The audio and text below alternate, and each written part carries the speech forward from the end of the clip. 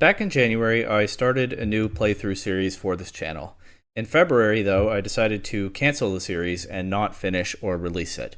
Now it's June, and I've changed my mind, and the series is back on. In fact, it's coming very soon. It will start properly tomorrow, but for now, for today, I think it's worth unpacking exactly what it is that has happened here. I have a bad habit on this channel of making schedules and routines and sticking to them mostly, but not actually saying anywhere what they are. To me, it's become a staple of this channel, even if you didn't know, that I do 2 Pokemon playthroughs every year. The first is a randomizer Nuzlocke starting on New Year's Day, which I've done for the last 2 years. And the second is a different kind of playthrough and starts later, roughly sometime in the summer, but the specific date is flexible. And the blueprint for the second playthrough of a year is the Pokemon X playthrough that I did last year, where I intentionally slowed things down a bit, explored the region, read the dialogue, and took the time to enjoy the Kalos region and its story. I didn't exactly bring the sharpest critical eye to it. There are plenty of video essays and stuff out there that are a little bit more insightful than me bumbling around and thinking thoughts on the fly, but the point, as I said, was to stop and smell the flowers instead of just rushing through like so many of us do so often. It was an idea that I had on a whim because Legends ZA had been announced, and while I don't honestly think that X and Y are among the very best Pokemon games, I have always thought that they're kind of underrated, so I wanted to look into that. But as I was making that series, I was already thinking about how I could take the concept to other regions as well. It ports over very easily.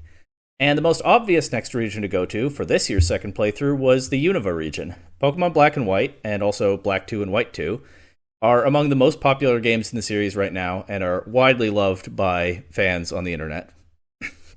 A lot of people expected a remake sometime around this year or last year, and were surprised when Legends ZA was announced instead. While we did sort of go back to Unova and the Indigo Disc, the region that we saw in Generation 5 with all its wonderful bridges and skylines is still locked in that generation only.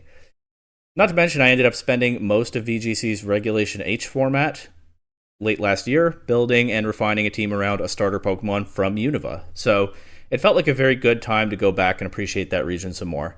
And so I got started on Unova Revisited with the intention that it would debut on the 4th of July. And of course go weekly from there. I like to get an early start on these playthroughs, partly to make sure that I can do consistent weekly uploads with no interruptions, but honestly mostly just because I enjoy making them and I don't want to wait. So I made the first 3 episodes of Unova Revisited all the way back in January. In fact, I even used footage from the first one in my Toronto regional video. But after that, I did then run into a problem with the series. You see, Unova is a very American-inspired region, based mainly on New York City in particular, but it takes inspiration from other parts of that country as well. And a lot of the beauty of the Unova region is very much intentionally and by design in its diversity. People from Game Freak have said in interviews that they chose New York as the inspiration for the first non-Japanese region, precisely because they had gone there and seen and been impressed with the diversity of those communities. Junichi Masuda said that he was impressed that people in New York were, quote, coming from different countries and coexisting in one city.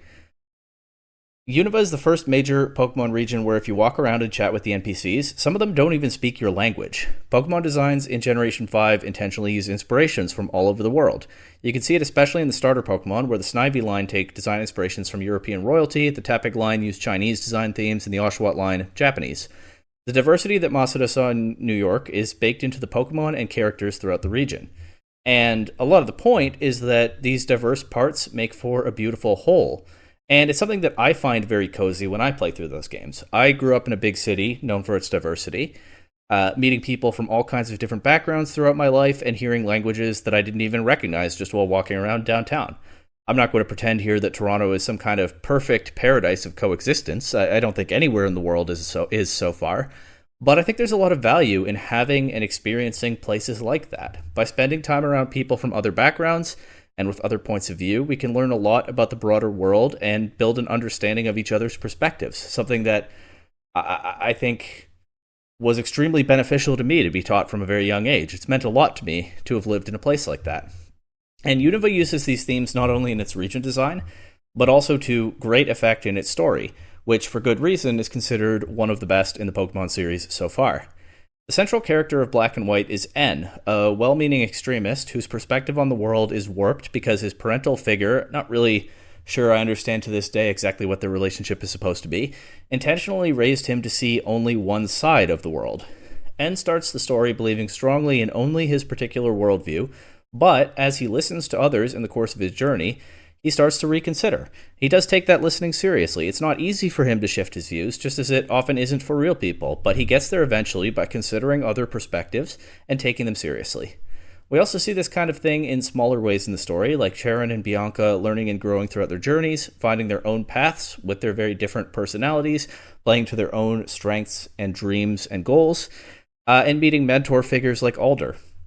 And like the gym, and there are also things like the gym leaders having a diverse mix of personalities and interests, but working together to help young trainers along the way and to protect the region from Team Plasma. By contrast to all of this, Getsus is one of the most straight-up, mustache-twirling evil villains in the Pokemon series. He rejects the truths and ideals of all other characters because he is only ever interested in his own power and ego. He chases his own narcissistic image of perfection in himself relentlessly, no matter what happens along the way, and he doesn't care what or whom he breaks in the process. N's whole life up to the beginning of the story is just designed to be a tool to further Getsus' personal goals, and N himself is discarded by Getsus, his father figure, as soon as he dares to think for himself and form his own set of values. There's no room in Unova for Getsus to accomplish his goals, and there should never be, because he chooses to be a threat to the rights of everyone else in the region, putting, again, his own ego before this wonderful community that has built up organically from people coming from all over and learning to live together. Even the designs and lore of the core Pokemon, the core legendary Pokemon in the games, drive these themes home. Zekrom and Reshiram, Black and White, Yin and Yang. Opposite forces representing different values, often forced into conflict with each other, yet it's very clear in the lore that they don't actually have to fight, and in fact it's best when they don't. The two dragons were once one dragon, we're told, and even separated, they are at their best when they complement each other and work together towards shared goals. That's why Fusion Flare and Fusion Bolt power each other up. It's why, although Kyurem becomes noticeably stronger and more lively when it takes one of those dragons and the values that it represents into its body, it's still clearly incomplete without the other one. And it's why N finishes his story in Black and White on good terms with the player character, even though he mistakenly thought at first that he was meant to violently oppose them. Because, like most other characters in Unova, N can have his own particular worldview and belief system and still coexist and build community with others, and everyone is better off and a little bit happier and wiser when that happens. And that's where the problem comes in for my Unova Revisited playthrough specifically. In real life, a little bit before I started on Unova Revisited, Americans elected a hateful fascist president to his second term. Since then, he has been working quickly, as fascists do, to dismantle their democratic system of government and center the country on his own personal ego and power. I got very worked up in early February when he was in the early stages of starting a trade war with my country and threatening to use that trade war as a tool to annex us. There have been a lot of twists and turns since then, but the basic threat is still the same. And I announced at that time that I would no longer make content on VGC events held in the United States, indefinitely.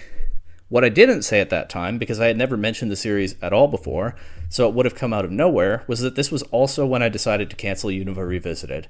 And it wasn't because, it's not just lashing out against the United States wherever I see it represented. It's not that I want to ban the Unova region from this channel for being too American or something like that. It was a very specific problem to this specific series that made me think that I didn't want to continue with it. Because Unova Revisited is going to celebrate the role of diversity of origins, of design inspirations, and also diversity of thoughts and values in the Unova region.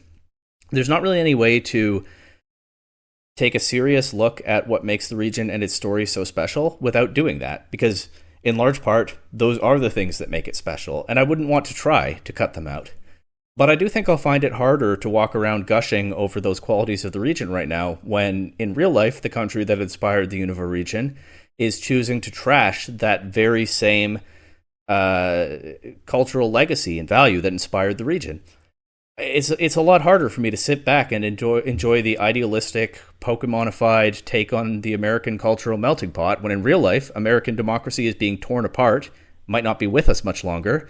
People are being shipped out to a foreign torture prison as quickly as possible so that nobody can stop and ask any questions about their basic rights.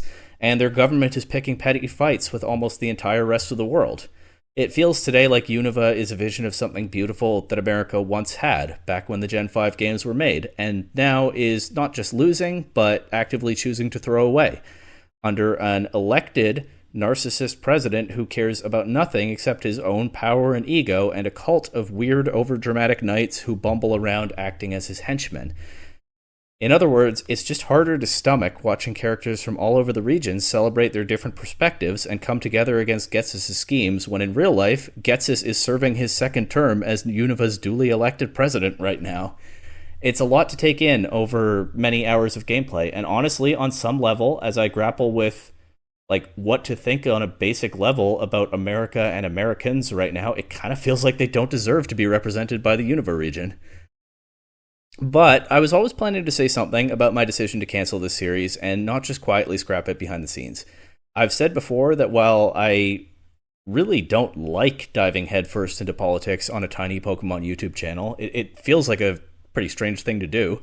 Things are so serious right now, so critical, that I think it's important that they be acknowledged in all kinds of spaces, that we speak up where we can instead of just ignoring and doing escapism. But as I thought about what to say here, I was having some trouble putting it all together. I was always going to do some kind of statement like this, but something about it wasn't quite working for me. And now, with the planned release date for the first episode coming up, and a need to actually sit down and write this out, I think I figured out what it was that wasn't clicking. Because if I think that the Unova region is so beautiful and worth looking at, in large part because of the roles of diversity and tolerance and coexistence in its design and its story, then the question is, why am I running away from showing that off at a time when it feels like a lot of us could actually really use that reminder? Even if it is harder to stomach, isn't it better to still do it and still show a vision, idealistic though it is, because it's a Pokemon game, of something special that America has had and shouldn't throw away? Shouldn't I want the country right next to mine that keeps threatening us right now to build back toward that beautiful thing that it once had that captured the imaginations of people all over the world not that long ago? Really, that it still has. It's not it's not like America is actually a white supremacist utopia right now. Build back toward, but also not throw away in the first place necessarily. Again, these things are important. They matter a lot, so much that I'm willing to discuss them here, even though this is a video game channel. So if anything, they should be in our faces more, not hidden away. And I think that's the right thinking here in the end. I think canceling was the wrong choice, and that's why I couldn't quite figure out how to explain it. So Unova Revisited is back on. But at the same time, I don't want to turn it into some hours-long political rant. The point is still to play Pokemon and have fun, as well as endorsing some values that I think are very basic and important. There's a reason I've separated this heavier discussion into its own video away from the rest of the series instead of bringing it into there. I'll be honest, even at this point, I thought about canceling the series anyway so that I don't have to fight an urge as I go around to be like, see, there it is, Getsis is like Trump, and this other character interaction shows why Trump is bad, all throughout the series. But for the sake of digging into these wonderful games, it's okay. I'll go ahead and fight that urge unless I think that it's a really good moment to let it out. I'll at least pick my spots carefully, is what I'm promising here. Outside of this one video, we'll focus on the actual game, and we'll have fun with it, like I said. And by now, I think you'll know what else I'm thinking as I do that. So Unova Revisited starts tomorrow as originally planned, with weekly uploads from there. And remember, I made the first 3 episodes a few months ago, with all others after that yet to be made right now in June or later. So there'll be a little bit of a jump there. On that note, it's a coincidence that all of my Pokemon are named after Canadian cities. I just started with Toronto the Snivy because I used Superior in that regional and made a big thing of it, so it felt like the obvious nickname. And then I just kind of rolled from there with that theme. But let's just say I'm definitely happy now that that is the theme that I stumbled into. Not for sale, by the way.